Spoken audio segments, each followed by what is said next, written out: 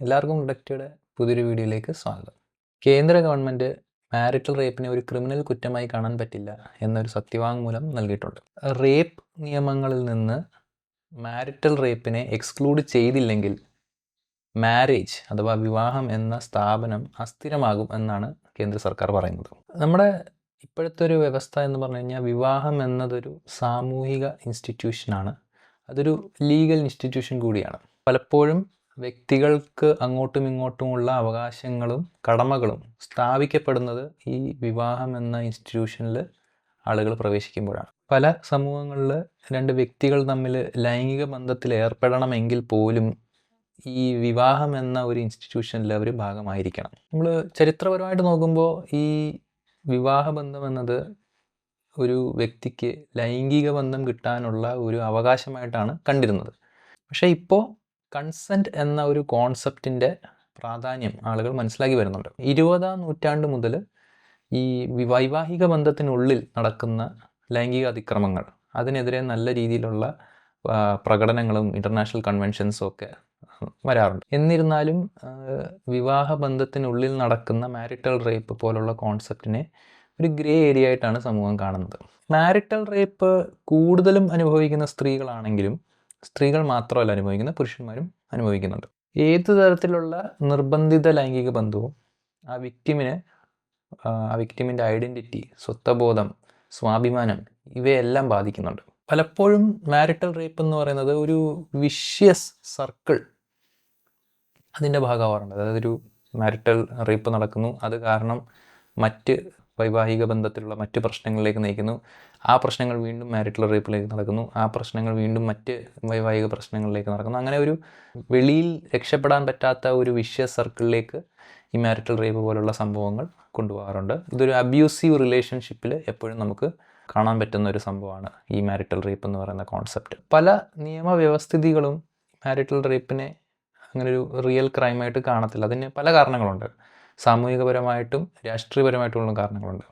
അതിൻ്റെ ഒരു കാരണം എന്ന് പറയുന്നത് ഈ കല്യാണം എന്ന് പറയുന്നത് ട്രഡീഷണലി ഈ പുരുഷന് സ്ത്രീക്ക് മേൽ അവകാശം കാണിക്കാനും അധികാരം കാണിക്കാനുമുള്ള ഒരു ഇൻസ്റ്റിറ്റ്യൂഷനായിട്ടാണ് നിർവചിക്കപ്പെട്ടിട്ടുള്ളത്. അതുകൊണ്ട് തന്നെ ഇതിനെ ഒരു റേപ്പായിട്ട് കാണാൻ പല നിയമവ്യവസ്ഥിതികളും മടിച്ചിട്ടുണ്ട്.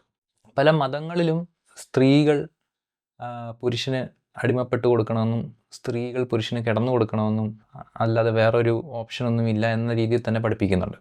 ഈ പല കൾച്ചറിലും സ്ത്രീക്ക് സ്വന്തമായി കൺസെൻറ്റ് കൊടുക്കാനുള്ള അവകാശമില്ല.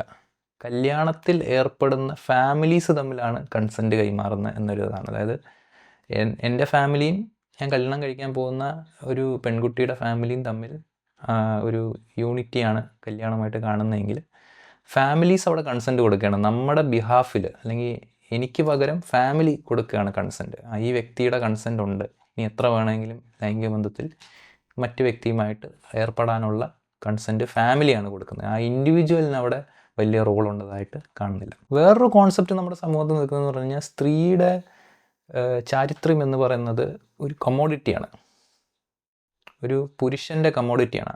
കല്യാണം വഴി പുരുഷൻ ആ കമ്മോഡിറ്റി വാങ്ങുകയാണ് ചെയ്യുന്നത്. അപ്പോൾ ആ കമ്മോഡിറ്റി പുരുഷൻ വാങ്ങിക്കഴിഞ്ഞാൽ ആ പുരുഷന് ആ കമ്മോഡിറ്റി ഉപയോഗിക്കാനുള്ള എല്ലാ പൂർണ്ണ അവകാശമുണ്ട്. അതുകൊണ്ട് തന്നെ ആ പുരുഷൻ എത്ര ആ സ്ത്രീയെ റേപ്പ് ചെയ്താലും ആ പുരുഷൻ്റെ ഒരു കമ്മോഡിറ്റി ഉപയോഗിക്കുന്നു എന്ന് മാത്രമേ നമുക്ക് കാണാൻ പറ്റത്തുള്ളൂ.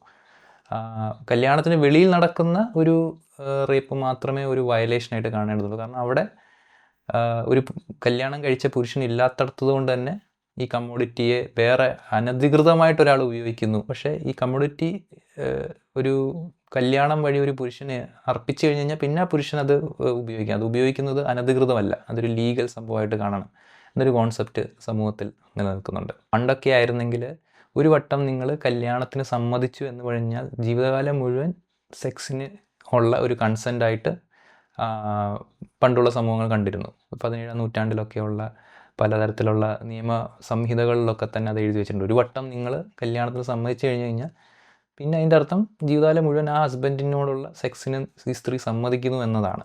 അപ്പോൾ പിന്നെ അതുകൊണ്ട് തന്നെ ഹസ്ബൻഡ് ചെയ്യുന്നതൊന്നും തന്നെ ഒരു നോൺ കൺസെൻഷ്വൽ ആക്റ്റായിട്ട് നിയമവ്യവസ്ഥയിൽ കാണുന്നില്ലായിരുന്നു. പക്ഷെ അത് ഇന്ന് ചലഞ്ച് ചെയ്യപ്പെടുന്നുണ്ട്. വേറൊരു കോൺസെപ്റ്റ് എന്ന് വെച്ച് കഴിഞ്ഞാൽ കല്യാണം എന്ന് പറഞ്ഞു കഴിഞ്ഞാൽ ഈ ലൈംഗിക ബന്ധത്തിൽ ഏർപ്പെടാനും കുട്ടികളെ ഉണ്ടാകാനുമുള്ള ഇൻസ്റ്റിറ്റ്യൂഷനാണ്. അപ്പോൾ പിന്നെ അവിടെ ലൈംഗിക ബന്ധത്തിൽ നിങ്ങൾ ഏർപ്പെടാൻ നിങ്ങളെ നിർബന്ധിക്കുന്നു എന്നത് ഒരു ഫോഴ്സോ ക്രൈമായിട്ടോ കാണേണ്ടില്ല. കാരണം നിങ്ങൾ ഈ ഇൻസ്റ്റിറ്റ്യൂഷനിൽ വരുന്നത് തന്നെ സെക്സ് ചെയ്യുക എന്നൊരു ഉദ്ദേശത്തോടു കൂടിയാണ്. അപ്പോൾ പിന്നെ നിങ്ങൾക്കത് നിരാകരിക്കാനുള്ള അവകാശമില്ല എന്നൊരു കോൺസെപ്റ്റും സമൂഹത്തിൽ നിലനിൽക്കുന്നുണ്ട്. ഒരു പഠനം കാണിക്കുന്നത് 80% സ്ത്രീകളും കരുതുന്നത് എൻ്റെ ഭർത്താവ് എന്തെങ്കിലും തരത്തിലുള്ള ഒരു ഫോഴ്സ് ഉപയോഗിച്ചാണ് എന്നോട് സെക്സിൽ ഏർപ്പെട്ടത് എന്നതാണ്. പക്ഷേ അത് ഡിസ്ക്ലോസ് ചെയ്യാൻ അവർക്കൊരു മടിയുണ്ട് എന്നതാണ്. മറ്റൊരു പഠനം കാണിക്കുന്നതെന്ന് പറഞ്ഞു കഴിഞ്ഞാൽ മറ്റുള്ള റേപ്സ് അഥവാ വിവാഹബന്ധത്തിന് വെളിയിൽ നടക്കുന്ന അല്ലെങ്കിൽ പരസ്പരം അറിയാത്ത വ്യക്തികൾ തമ്മിൽ നടക്കുന്ന റേപ്പ് പോലുള്ള കാര്യങ്ങളെ മാത്രമേ ഒരു റിയൽ റേപ്പായിട്ട് സമൂഹം കാണുന്നുള്ളൂ. അതുകൊണ്ട് തന്നെ ഇത് അന്വേഷിക്കുന്ന ആളുകളും നിയമവ്യവസ്ഥയും ഇതിനകത്ത് ഈ സോഷ്യൽ ആക്ടിവിസ്റ്റുകളും സമൂഹവും എല്ലാം തന്നെ മിക്ക സമയങ്ങളിലും ഇതൊരു ശരിക്കും നടക്കുന്ന ക്രൈമാണ്. ഈ മാരിറ്റൽ റേപ്പ് എന്ന് പറഞ്ഞാൽ ശരിക്കും നടക്കുന്ന ഒരു ക്രൈമാണെന്ന് റെക്കഗ്നൈസ് ചെയ്യുന്നില്ല അല്ലെങ്കിൽ തിരിച്ചറിയുന്നില്ല. പലപ്പോഴും ഈ വിക്റ്റിമും ഈ കുറ്റവാളിയും തമ്മിലുള്ള ബന്ധം, ഒരു കല്യാണ ബന്ധം ഇവർ തമ്മിലുണ്ട് അല്ലെങ്കിൽ ഒരു വിവാഹ ബന്ധം ഇവർ തമ്മിലുണ്ട് എന്ന് അറിയുമ്പോൾ ആ ഒരു ഫാക്ടർ എടുത്തിട്ട് പലപ്പോഴും വിധികൾ മാറാറുണ്ട്. കേസുകൾ നടക്കുമ്പോൾ ആ കേസിലെ വിധികളെ നല്ല രീതിയിൽ ബാധിക്കുന്നുണ്ട് എന്നും പഠനങ്ങൾ കാണിക്കുന്നുണ്ട്. ഏതാണ്ട് 33% കേസ് വിധികളെ മാറ്റുന്നതും അഫക്റ്റ് ചെയ്യുന്നതും ഈ വിക്റ്റിമും ഈ അഗ്രസർ അഥവാ പെർപെട്രേറ്റർ ഇവർ തമ്മിലുള്ള ബന്ധം അടിസ്ഥാനമാക്കിയാണ് എന്നാണ് പഠനം കാണിക്കുന്നത്. അവർക്ക് നീതി ലഭിക്കാൻ പറ്റുന്നില്ല എന്ന് മാത്രമല്ല, അവരുടെ അനുഭവങ്ങളെ നിരാകരിക്കുക കൂടിയാണ് ഇത്തരം മാരിറ്റൽ റേപ്പിനെ ക്രിമിനലൈസ് ചെയ്യാതിരിക്കുക എന്നതുകൊണ്ട് നടക്കുന്നത്. പക്ഷേ 20-ാം നൂറ്റാണ്ട് മുതൽ പല രാജ്യങ്ങൾ മാരിറ്റൽ റേപ്പിനെ ക്രിമിനലൈസ് ചെയ്തിട്ടുണ്ട്.